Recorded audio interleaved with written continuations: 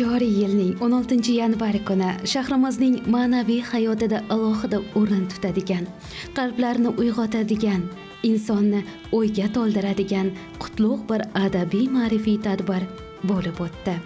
Aleksandr Sergeyevich Pushkin nomidagi kutubxona nafaqat kitoblar maskani, balki so'z qudrati, fikr ziyosi, millat ruhini birlashtiruvchi muqaddas makonga aylandi.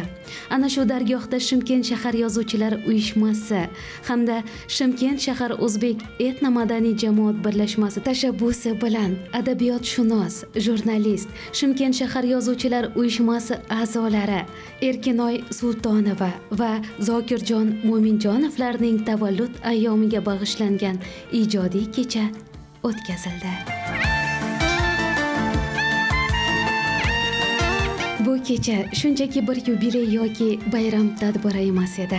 Bu umrini so'zga, qalamga, ma'rifatga bag'ishlagan, millat dardini o'z qalbida olib yurgan millatimiz fidoilariga bo'lgan chuqur ehtirom ifodasi edi. Chunki har bir jamiyatning yuzi uning ziyolilari bilan o'lchanadi. Adabiyot esa xalq ruhining oynasi. Ijodkor esa ana shu oyna orqali millatning kechasi va kunduzini, orzu umidlarini, dard va shodliklarini kelajakka yetkazib beruvchi fidoi shaxsdir.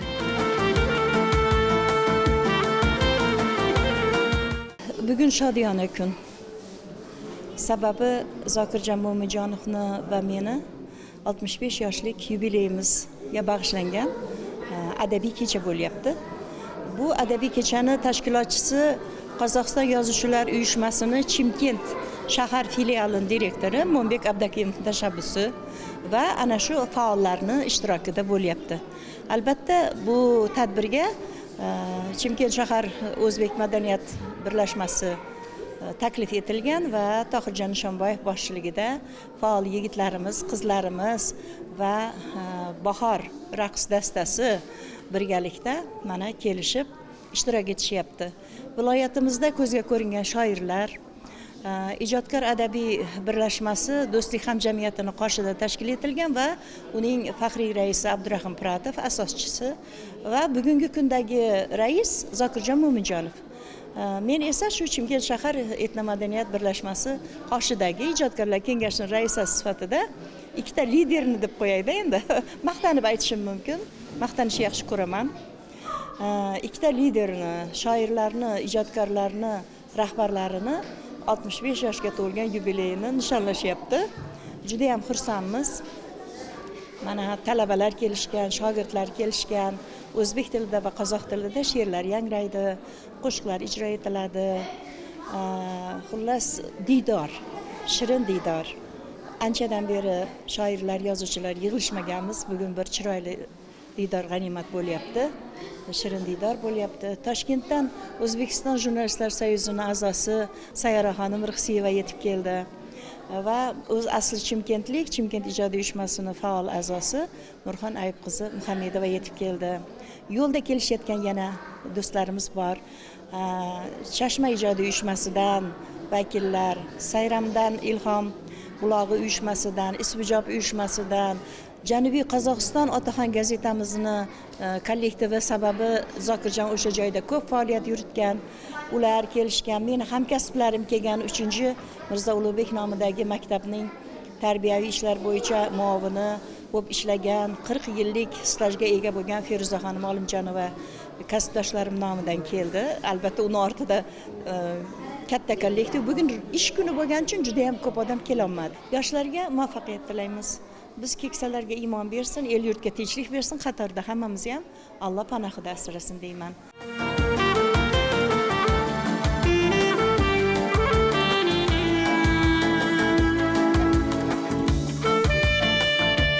ijodiy kechada Shimkent shahar o'zbek etnomadaniyat jamoat birlashmasi raisi Tohirbek Nishonboyev, Qozog'iston Respublikasi o'zbeklari do'stlik hamjamiyat raisining maslahatchisi Faxriddin Qoratoyev, o'zbek etnomadaniyat jamoat birlashmasi qoshidagi tadbirkorlar kengashi raisi Shuhrat Ro'zmetov, o'zbek etnomadaniy jamoat birlashmasi a'zolari, Chimkent ijodiy uyushmasi a'zolari, jurnalistlar, shoirlar va yozuvchilar ishtirok etdilar.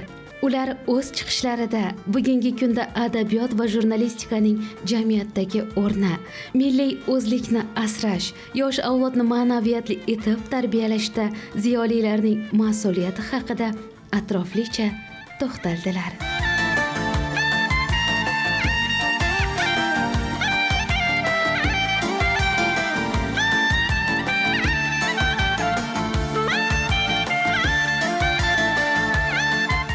Adabiyot juda ham katta qurol. Avvalambor insonlarni tarbiyalashda, ularni to'g'ri yo'lga boshlashda, qalblariga ezgulik, yaxshilik urug'larini ekishda, qadashda adabiyotni o'rni hayotimizda juda ham o'ta bir muhimdir.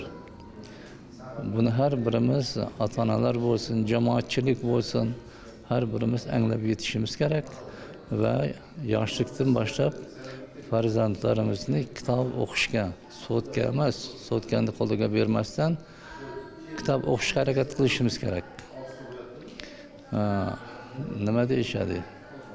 Hech qanday farzandlar bilan tarbiyalashga vaqtinglar bo'lmasa, ularni qo'liga qiziqarli kitob tutqazib qo'yinglar. Uni o'zini o'zi tarbiyalab boradi deydi. Shunchalik adabiyotning roli muhim. Endi qozoq-o'zbek adabiy aloqalariga keladigan bo'lsak, qozog'istonlik ijodkorlar bu borada juda ham katta bir ijodiy ishlarni amalga oshirib qo'ydi. Bu bilan bizlar haqli ravishda maqtan olamiz. Sababi hozirgi paytda qozoq adabiyotini o'zbek tiliga tarjima qilayotgan, eng ko'p tarjima qilayotgan mana shu qozog'istonlik o'zbek ijodkorlar bo'lyapti. Mana ijodkor adabiy birlashmasi haqida ham kichkina bir aytib o'tishni joiz topdim. Buni ayni paytda Zokirjon Mo'minjonov boshqaryapti. Bu birlashmaning maqsadi nima? Maqsadi Qozog'istondagi barcha ijodiy uyushmalardagi iqtidorli ijodkorlarni birlashmaga jalb etish. Ularning iqtidorini yanada o'sishiga ko'mak ko'rsatish. Mana shu o'zbek adabiy muhitini shu orqali muvofiqlashtirish. Men o'ylayman, bizlar o'zimizning oldimizga qo'ygan maqsadlarimizga erishdik. Mana shu ijodkor adabiy birlashmasi orqali juda ham ko'p qozog'istonlik yozuvchi shoirlarni taniqli, hattoki dunyo taniydigan yozuvchi shoirlarni butun respublika, qo'shni mamlakatlarda taniydigan shoir yozuvchilarni bizlar o'zbek tiliga muvaffaqiyatli tarjima qilib, ularni avvalambor O'zbekistonda targ'ib qilyapmiz. Qozoq adabiyotini O'zbekistondagi o'zbek o'quvchilarga yetkazyapmiz. Shu orqali bizlarning mehnatlarimiz Qozog'istonning o'zida ham ko'zga ko'rinib, rasmiy ravishda Qozog'iston yozuvchilar uyushmasi tomonidan tan olindi deb aytsak ham bo'ladi. Hozir bizlarning ijodkor adabiy birlashmasini rasmiy ravishda har bir yig'ilishlarda, kerakli joylarda aytyapti. Shu orqali biz O'zbekiston yozuvchilar uyushmasida ham o'zbekistonlik o'quvchilar bilan tanishdik. Ular ham bizning mehnatlarimizni tan olyapti. Bu katta bizlar uchun, ijodkorlarimiz uchun katta bir baxt. Bizlarning samarali mehnatlarimizning mevasini yuzaga chiqqanligi. ko'rinib turibdi. Buni biz yana bardavom qilamiz. Qozoq o'zbek adabiy aloqalari qanchalik mustahkamlansa, ikki xalq o'rtasidagi mehr oqibat ham shunchalik mustahkam bo'ladi. Bu tarjimani ahamiyatini, muhimligini yana bir aytib o'tadigan bo'lsam, men qozoq yozuvchi shoirlarini tarjima qilish orqali o'sha qozoq xalqining turmush tarziga, uning ruhiyatiga singib bordim. Ularning ruhiyati menga singib keldi. Menda qozoq xalqiga bo'lgan hurmat, ehtirom tushunchalari misol uchun ana shunday yuksalib, shakllanib bordi. Mana o'ylaymanki, mana shu qozoq yozuvchi shoirlarni tarjima qilganimizda o'zbek o'quvchilari o'zimizda bo'lsin, Qozog'istonda, O'zbekistonda bo'lsin, xuddi shunday qozoq xalqiga bo'lgan mehr muhabbati oshadi. Bizlar bir xalqmiz. Bizlar hozir uni hamma hech kim misol uchun bizni ajrata olmaydi. Mana krovni deydi-ku. Eng yaqin bir-biriga tug'ishgan xalq o'zbek bilan qozoq xalqi. Bizlar hozirgi o'zimizni adabiyotimiz bilan shu orqali mana shu totuvligimizni, hamjihatligimizni, tug'ishganlik rishtalarni yanada ko'proq bog'lashga harakat qilyapmiz.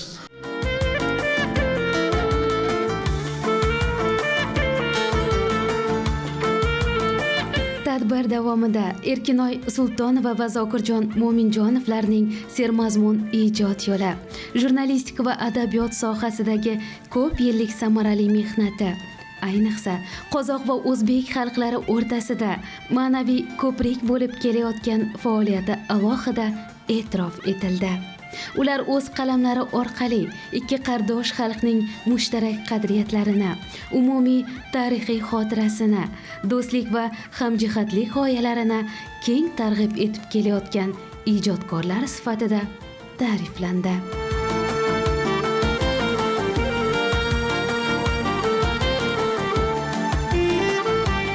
Bularning ijodiga to'xtab o'tadigan bo'lsak, Erkinoy Sultonova singlimizda ham ijodlari o'ziga xos. O'zbekistonda ham ijodlari tan olingan, e'tirof etilgan. Qanchadan qancha mana shu Chimkent ijodiy uyushmasi rahbarligi davomida qanchadan qancha yoshlarni bo'lsin, hattoki shunchaki bir ijod qilib yurganlarga ham yordam berib, ularni kitoblarni chiqarishga, ijodlarni misol uchun o'quvchilarning qo'liga yetkazishda juda ham harmay talmay mehnat qilyapti. Bu juda ham yaxshi. Endi Erkinoy sizimizni o'ziga ham aytamiz, o'zini ijodi ham yuksalib borsin va shu orqali yana boshqa ijodkorlarni ham misol uchun nima deydi? Ijodlarini o'sishida yordam berishiga tilakdoshmiz. Endi Zokirjon Mo'minjonovning ijodi ham alohida bir e'tirof etishga arzigulik ijod. Tarjimonlik sohasida bo'lsin, o'zini she'riyat sohasida bo'lsin, nasriy sohasida bo'lsin, undan keyin jurnalist sifatida publisistika, badiiy publisistika deymiz. Bu sohasida bo'lsin, Zokirjon eng oldingi qatorlarda yuribdi. Eng tepasida desak ham bo'ladi hozir. Chunki publisistikani, shoirlikni, yozuvchilikni, tarjimonlikni hamma ham olib bora olmaydi. Hozir Zokirjon ukamiz buni bir juda ham to'g'ri olib boryapti. Shuning uchun ham bizlar Zokirjonni ijodkor adabiy birlashmasini rais etib tanladik. Bizlarni ishonchimizni oqlayapti. Tiraklarimiz endi ikkala ijodkorga bir tiraklarimiz nasibda. Avvalambor Alloh taolo mana shu ijodkorlarimizni o'zlariga, ahli oilalariga, yaqinlariga, kerak bo'lsa ijodkor do'stlariga sog'lik, salomatlik, omonlikda bo'lishini, Allohning panohida bo'lishini aytamiz. mana shu sog'lik orqali yanada birgalikda Erkinoy singlimiz ham, Zokirjon Mo'minjonov ukamiz ham bizlarni adabiyotimizni hamma tomonlama ravnaq topishda o'zlarining hissalarini qo'shib boraversin.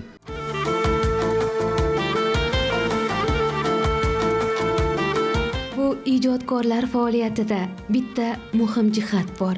Ular so'zni shunchaki badiiy vosita sifatida emas, balki millat taqdiri bilan bog'liq ulkan mas'uliyat deb biladilar. Ona tilimiz, milliy madaniyatimiz, urf-odatlarimiz ularning asarlarida tirik ruh sifatida namoyon bo'ladi. Shu ma'noda Erkinoy Sultonova va Zokirjon Mo'minjonovlar bugungi kun ziyolilarining yorqin namunalari, haqiqiy millat fidoilaridir. Bugungi tadbir mana shu men o'zim o'ylayman Qozog'istondagi o'zbek adabiyotini katta bir to'yi. Bu nafaqat meni yoki Erkinoy Sultonovaning yubileyi emas, mana shu Qozog'istonda ijod qilayotgan, o'zbek tilida ijod qilayotgan shoir yozuvchilarning katta bir tadbiri deb o'ylayman. Avvalambor bunga shukrchilik qilishimiz kerak. Mana Qozog'istonda yaratilgan shart-sharoitlar, mana shu ijodkorlarni erkin ijod qilishiga bo'lgan imkoniyatlar buni mana shuni mevasi deb o'ylayman. Men ham mana shu ijod sohasida o'zimga yarasha kitoblar chiqarib, elga tanilibman. Bugun mana shu tadbir o'tayotgan ekan. Albatta bunga shukrona aytaman va mana shu tashkilotchilarga, Qozog'iston Yozuvchilar uyushmasining Shimkent bo'limi vakilligining rahbarlariga, Pushkin nomli kutubxona xodimlariga, rahbarlariga o'zim minnatdorchiligimni bildiraman. Ijodiy kechaga 13-sonli Muqimiy nomli umumta'lim maktabining bahor raqs dastasining serjilva chiqishlari yanada fayz bag'ishladi.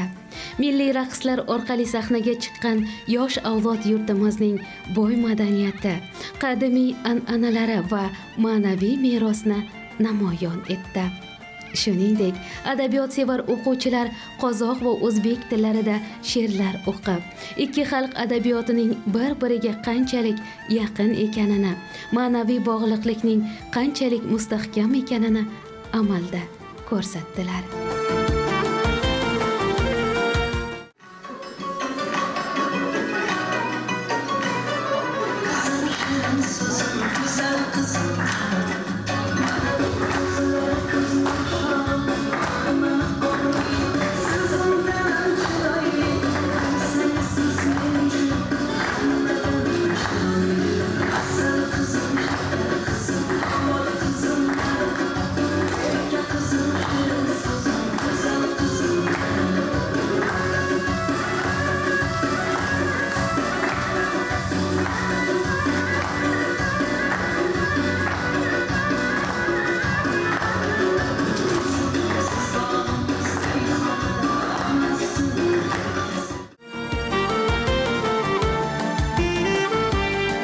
Tadbir yakunida tashabbuskorlar va mehmonlar Erkinoy Sultonova va Zokirjon Mo'minjonovlarga qozoq va o'zbek xalqlari adabiyotini rivojlantirishda, ikki xalq o'rtasida do'stlik va hamjihatlik rishtalarini yanada mustahkamlashda, ona tilimiz, milliy madaniyatimiz va urf-odatlarimizni asrab-avaylash yo'lida qo'shayotgan ulkan hissalari uchun samimiy minnatdorchilik bildirdilar.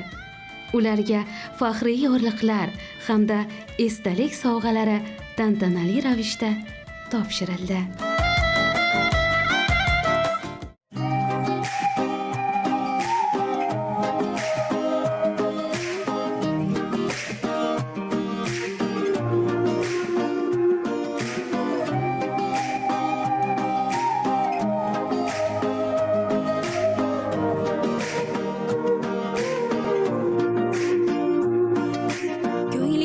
O'tsam, o'tmasam, qo'lingdan tutsam, tutmasam, vaslingga yetsam, yetmasam, seni deb yashayman dunyoda. Ko'nglingdan o'tsam, o'tmasam, qo'lingdan tutsam, tutmasam, vaslingga yetsam, yetmasam, seni deb yashayman yashayman dunyoda. Bir shirin seni o'ylamoq bir shirin. Bir shirin seni o'ylamoq bir shirin. Bir shirin seni o'ylamoq bir shirin. Bir shirin seni o'ylamoq bir shirin.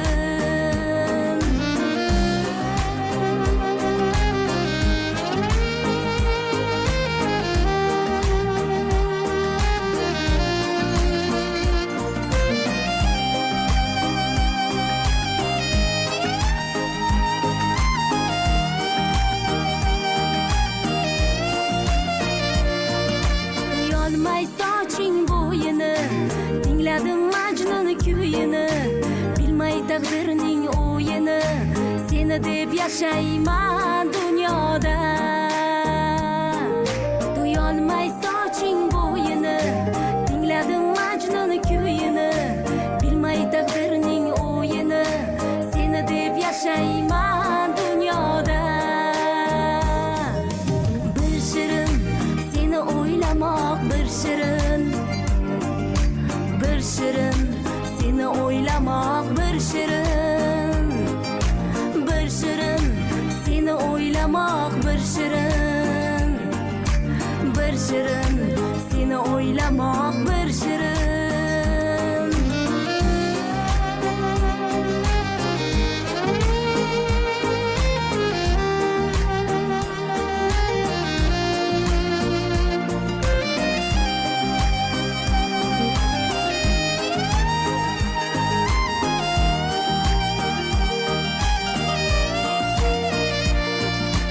Illarsiz bahor ham bahormi?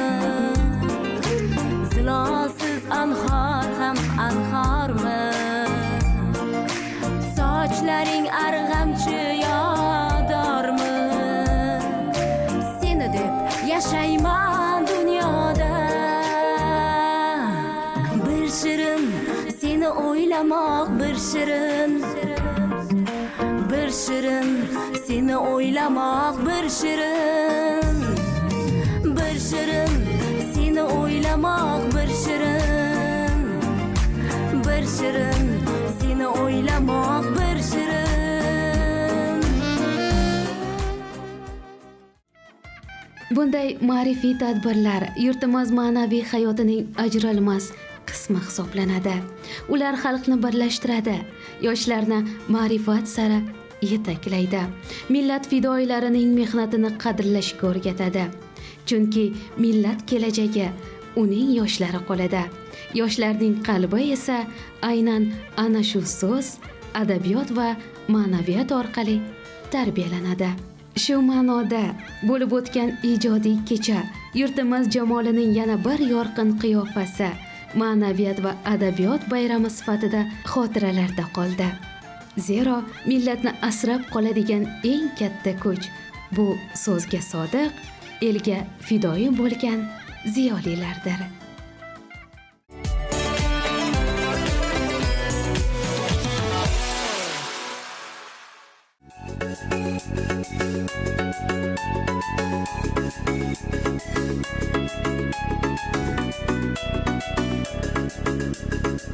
Yolg'onchi ayyor ginam, bahonasi tayyor ginam. Nega meni yana aldaysan? Ozorlaring beraverib tinmaysan.